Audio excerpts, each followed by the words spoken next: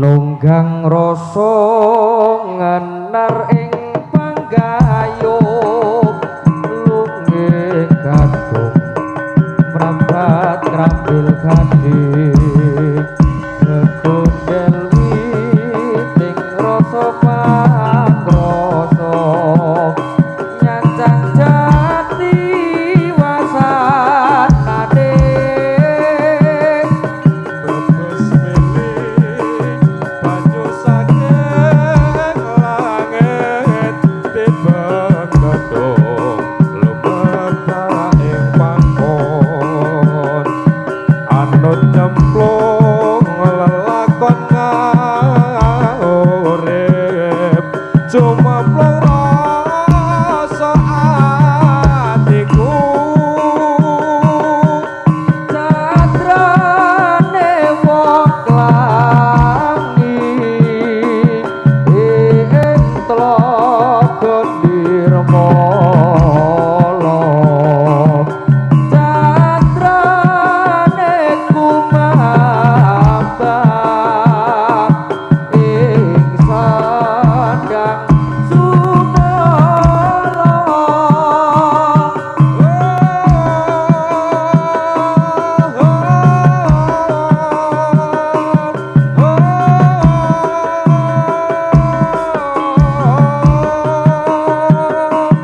brebes milih banyu saking langit tibang gedung lumebak ing pangkon anut nyemplung lelakon ngaurip cuma plong rasa atiku solang salib selagane manungsa empat papat sasolah bawane esuk sore rino sakwangine ajur-ajur ing kanan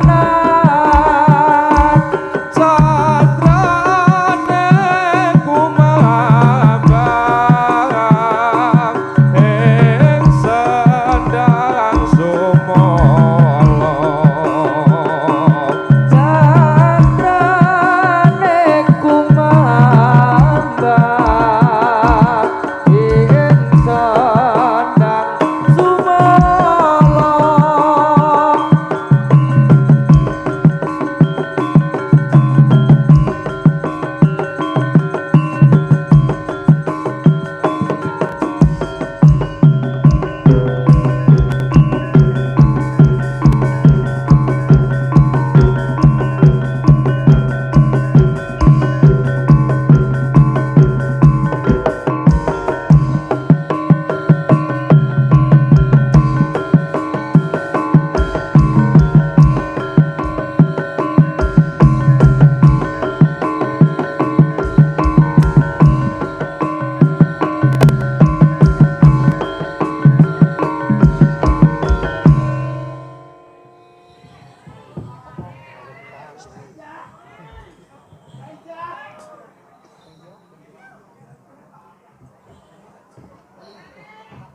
atur sugeng dumateng kang samya dateng ambruk sati sakan kula wujud cemeng malam-malam sampun ngantos samya singlek mangke mundhak masangan atur kula dumateng kang samya mreksa ageng alit kakung putri sepuh muda sedaya yen wonten lepat kawula nyuwun kuwing pangaksama kula niki lare saking dusun ngarangan dereng saged totolan uga negara hanya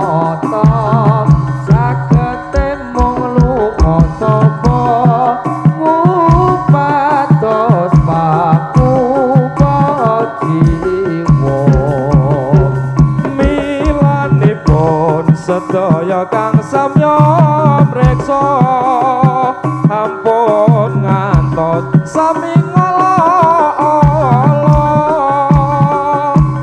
nadyan kula rupa ala nanging tasih kancanira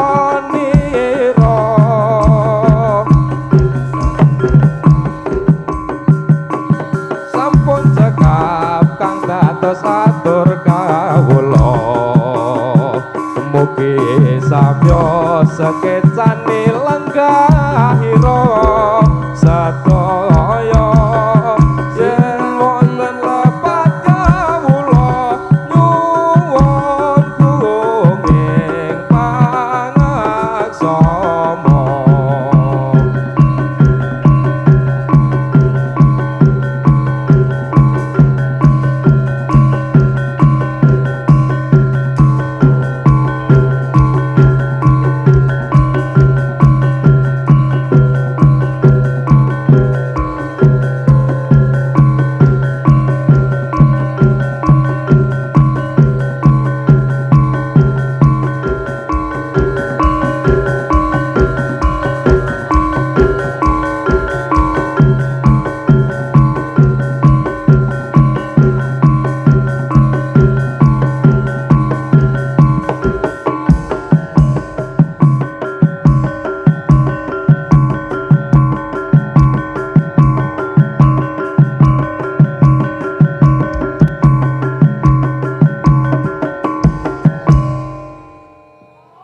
Pada bulan roja, bulan yang besar sekali.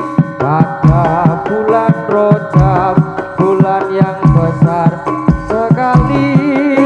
Itu kewajiban umat Islam memperingati. Karena waktu itu jatuh Mi'raj Kanjeng Nabi Muhammad Nabi wa alihi wa sahbihi. Maka mari kita bersama memperingati. Maka mari kita bersama memperingati. Oleh kaum Islam pemuda dengan pemudi, Jika tidak hormat akan dapat ketok besi. tetapi yang hormat diberi amal yang suci. Dados sampun cekap kang dados atur kawula. Dados sampun cekap kang dados atur kawula. Kula badhe ngantos cerita urip ning alam donya. Pramila yen lepat nyuwun kuping pangaksama. Sedaya prakanca saking Wahyu Satriya Budaya.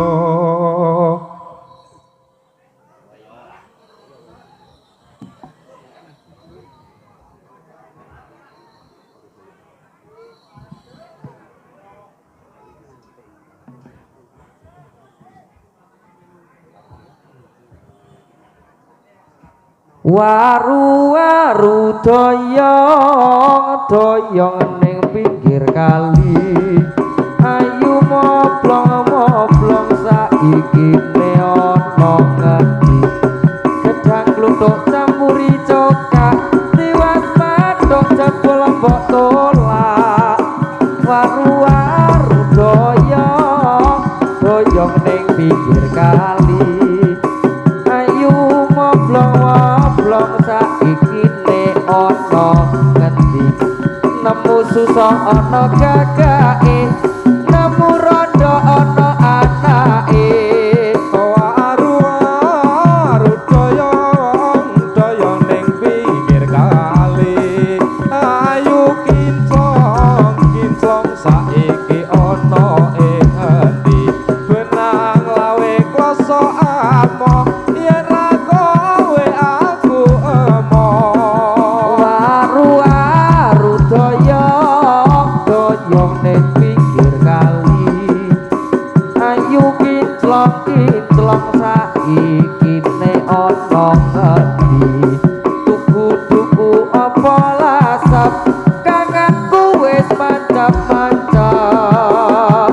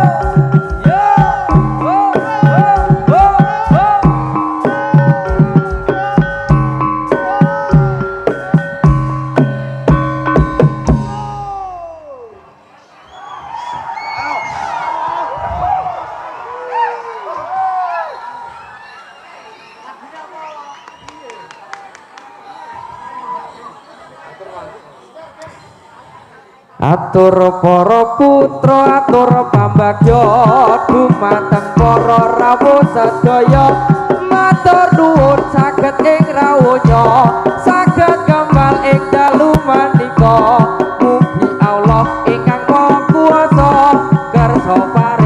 nugroho para putra atur pambagyo Bapak Ibu sedaya padha bahu pikiran lan raga sarta bantu pahlawan jiwa raga Gusti Allah ingkang Maha Kuwasa kersa paring widata kita sesuwun dumateng pangeran saged netepi kewajiban deret dawuhe Gusti Pangeran ingkang kasebat ing dalem Al-Qur'an Nabi Muhammad kang dadi utusan kautus dening pangeran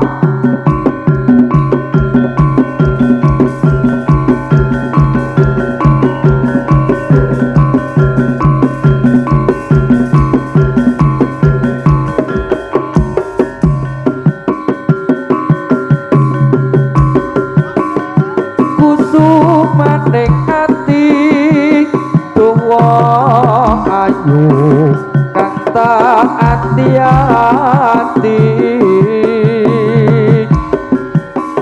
mung tak kamu bisa gawe tetreming atiku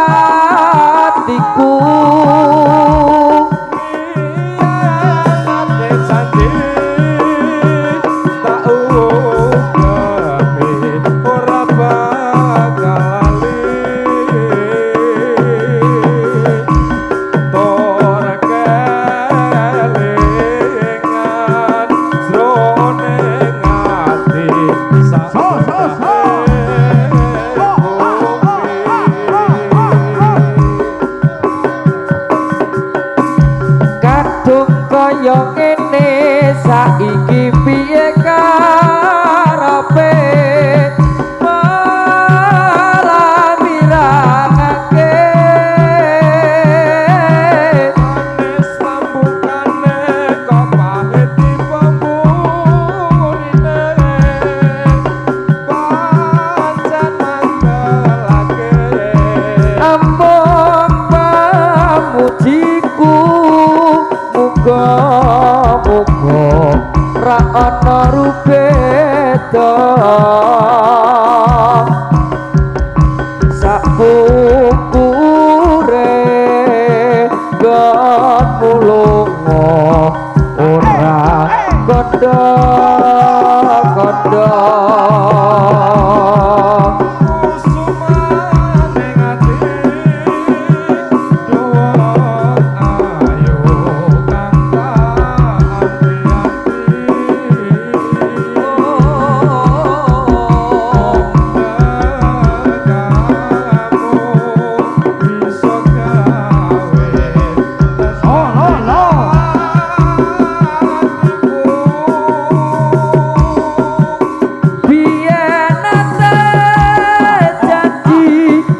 kodho-kodho ora bakal lali tur kelingan jroning ati sak becahe bumi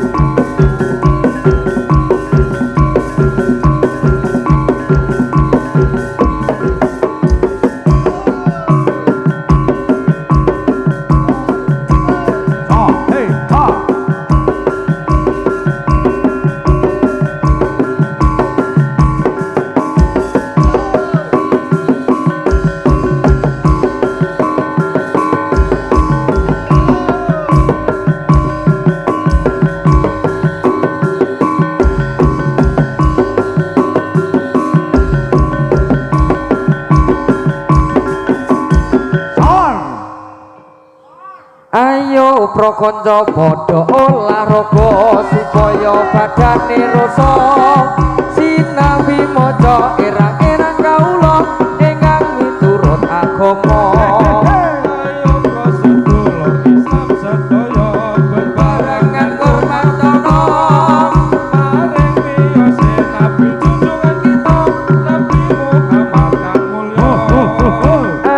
pro kaum muslimin muslimat sarta ansur lan patayat padha giatno anggone mangermat maring wiyase Nabi Muhammad.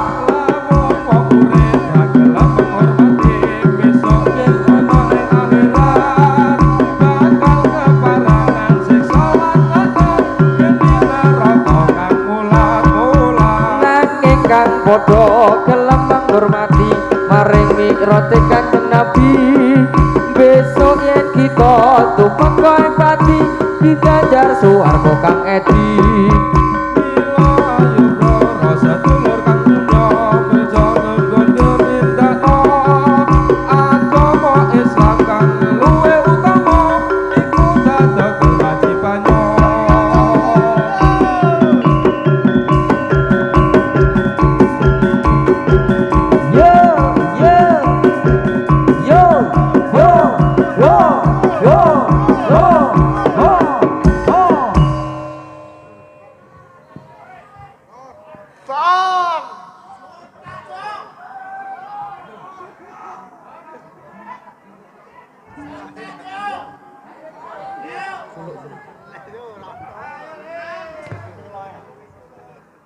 Aku ra ngemis ning atiku wires curiga rasane apa wis ana gantine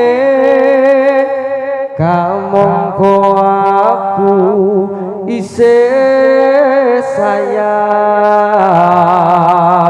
tresnoku ora bakal ilang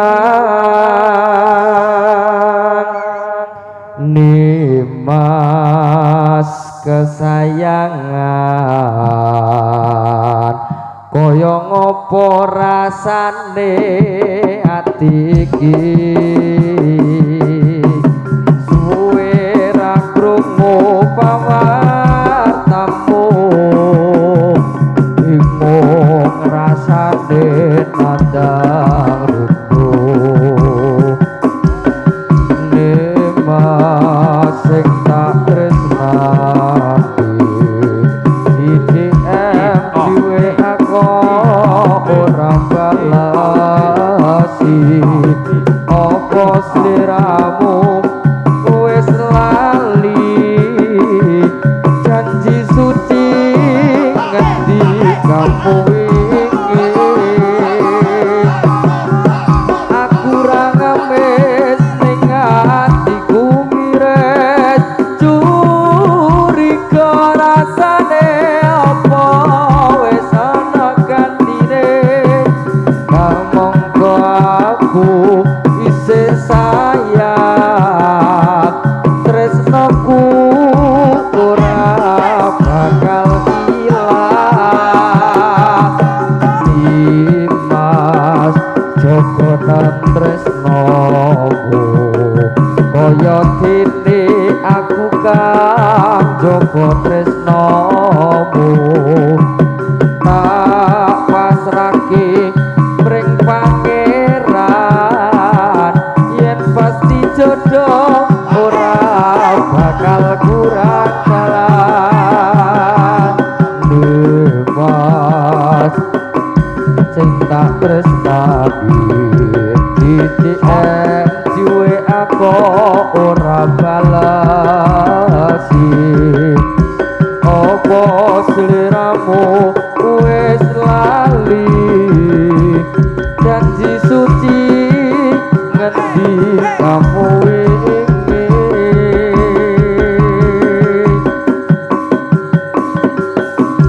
aku ra ngemis ning atiku wires curiga rasane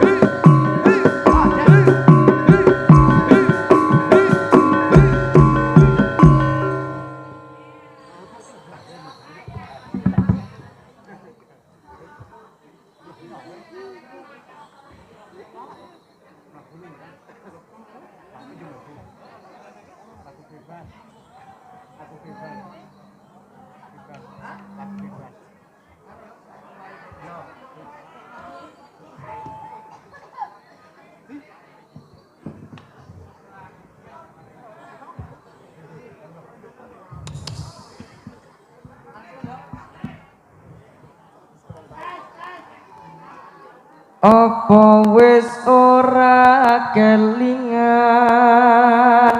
sumpah janjimu ya mong marang aku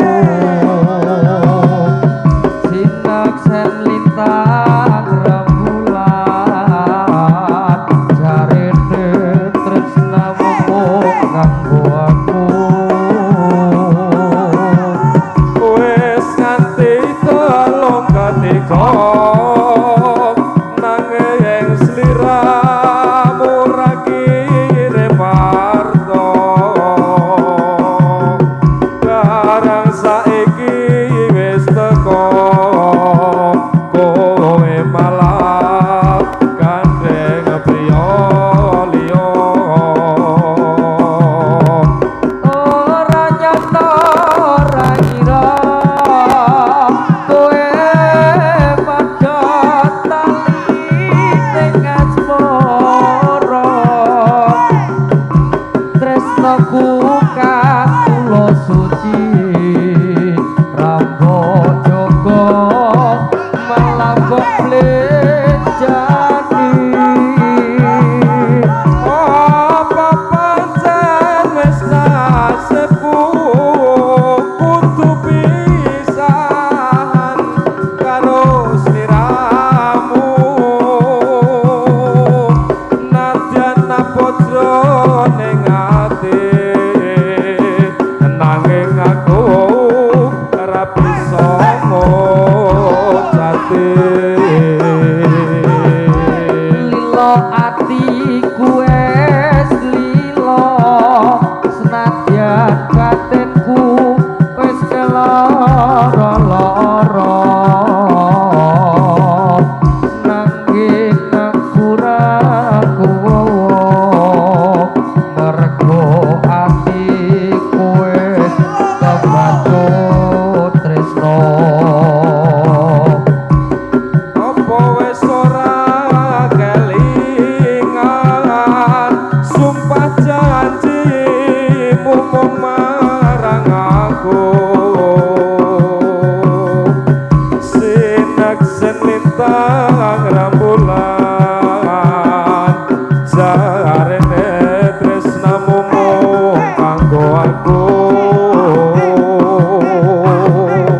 wis nganti telung katiga nanging sliramu ra kirim warta